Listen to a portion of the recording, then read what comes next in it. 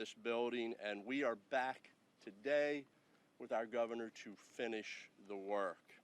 We've now reached the end of the critical phase and are moving into the actual design phase of a therapeutic treatment center on this site. I applaud Governor Hogan, as I did 2 years ago, for his bold action in not only closing the old Baltimore City Jail, but bulldozing it and replacing it with a much-needed pretrial treatment facility. We're at a pivotal point in time. We're closing the chapter on a very old jail that was decrepit. It was unsafe for both staff and individuals in our custody, and we're looking forward to the future with a facility that will balance public safety with mental health and substance abuse treatment. We are only one of 2 state correctional agencies in the United States that are also responsible for a local jail system as well as a state prison system. What makes us even more unique is what we are planning on doing on this very site, establishing a pretrial facility with a strong focus on delivering evidence-based treatment in a secure, purpose-built facility that will hopefully encourage individuals to change their past. It takes courage, foresight, determination, and a governor who understands the importance of providing this type of facility for both the staff, the incarcerated population, and the future.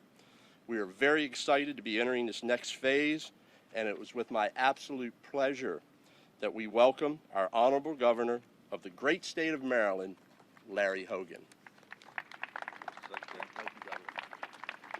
Well, good morning, everybody. Thank you very much, Secretary Green. And I want to first of all say thank you to all of the correctional professionals and other distinguished guests that are joining us here today as we take another important step in the revitalization of Baltimore City and complete the demolition of the decaying buildings at the Baltimore City Correctional Complex. It's just amazing to see the progress from the last time that I was here when we tore down that first wall. It was almost exactly 6 years ago when I stood here to announce that we were going to immediately shut down the antiquated and notoriously unsafe Baltimore City Men's Detention Center, which had the unfortunate distinction of being one of the worst prison facilities in America. The roof was crumbling and the facility had serious flooding and sewage issues, and individuals who hadn't yet been convicted of a crime were forced to live in inhumane conditions. Corruption was running rampant, with gang members essentially given free rein to run the facility. Leaders in the legislature said it would take 10 years to close the facility, but I pledge to take action immediately, and that's exactly what we did. We shut down the jail in just a few weeks, and then, as Secretary Green said, in October of 2019, I was here with him as we tore down the first wall to begin the process. And now, as demolition comes to a close, we are bringing to an end the long checkered history of the former jail, and we're making way for the transformative facility that will be built in its place. Once complete, the new therapeutic detention center here will provide mental health, substance abuse treatment, and reentry programming and planning for up to 1,400 men and women. This facility will be an important and much-needed resource in our ongoing fight against heroin and opioid addiction. And what was once a source of embarrassment for the city and our state will instead become a beacon of hope for those struggling with addiction to get the help that they need to heal, to recover, and to turn their lives around. I want to thank Secretary Green once again for his commitment to getting this done. I want to thank former Secretary Steve Moyer, who came up with the plan to close down this jail, and the entire team at the Department of Public Safety and Correctional Services, the contractors, and everyone who has been involved in helping us reach this very important milestone. Thank you.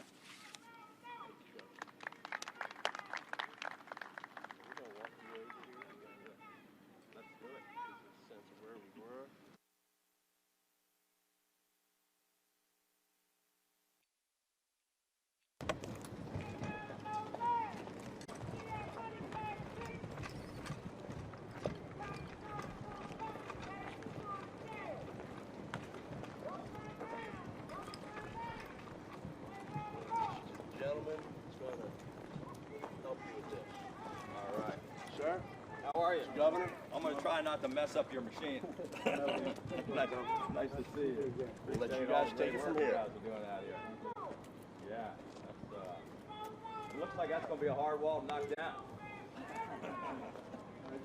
We're going to do the window footing today. Okay, good. Very good.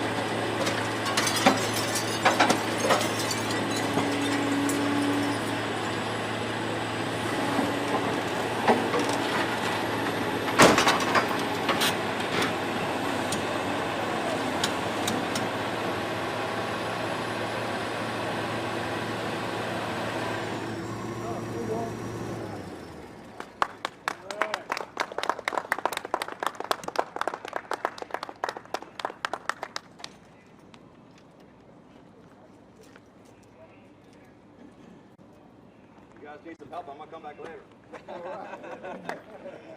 Thank you. Did a good job. Thank you. Appreciate the tutoring. Thank you, sir. That's a pretty good hole. You know, the windows are a lot easier. Last time I tried to take those big stones out. That's a long and strong. Yeah. Yeah. Thank you very much. Hey, you guys gonna do this in a couple days, probably? Right? Ready to come back? Hey, ladies. Okay. Very good. Hey, thank you. Thanks a lot.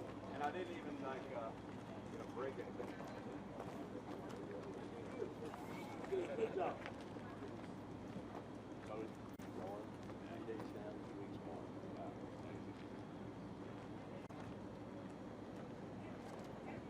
Very good.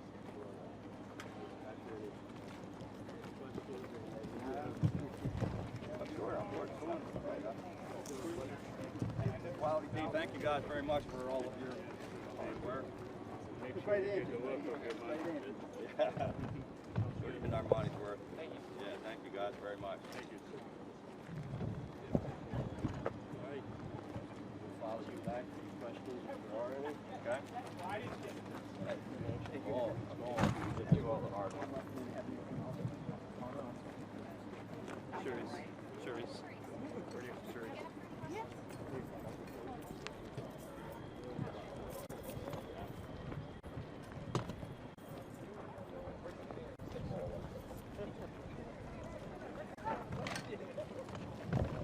Very good. So,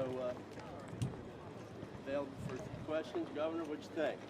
That was pretty fun. I told the guys I'd be willing to come back and help out with the rest of the work over the next couple of days. But we have a few stops to go to this morning. I might change clothes too before I do the next part of the wall. But it was great. We'd be happy to take it. Talked about the importance of putting a therapeutic treatment facility here. What's a realistic timeline for that? I haven't seen even planning or design in the budget yet. We only have one budget left. Yeah. Obviously, we've been focused on tearing these 17 buildings down, which is 10 years ahead of schedule. But So we went through 2 phases. So we have been actively moving this project. It's a very complex project. We're moving now to the design phase. That's a 2-year phase, which will be coming up immediately following the demolition. But as the governor noted, where we're at today, far ahead of schedule and what we were able to accomplish in the middle of all the complexities of other things happening in our country, in our state. Do you have an estimate of what the total project will cost from, planning to construction? Those estimates will be available in this coming budget year and in the out years of what we'll do each fiscal year as we move forward. But the next phase is design. So it's taking all of the data that began many years ago around a purpose-built facility and around treatment and applying that to the structure, not building the structure, then having the data. the legislature came up with a plan saying that they were going to tear it down. It would take 10 years to close the jail, and we closed it in 2 or 3 weeks, and then we began the demolition, which is, I think, ahead of schedule as well. So we're far ahead of where it was going to be. We're very excited about what's going to replace it. As the secretary said, obviously, you design the project first before you figure out how much it's going to cost. Anybody else?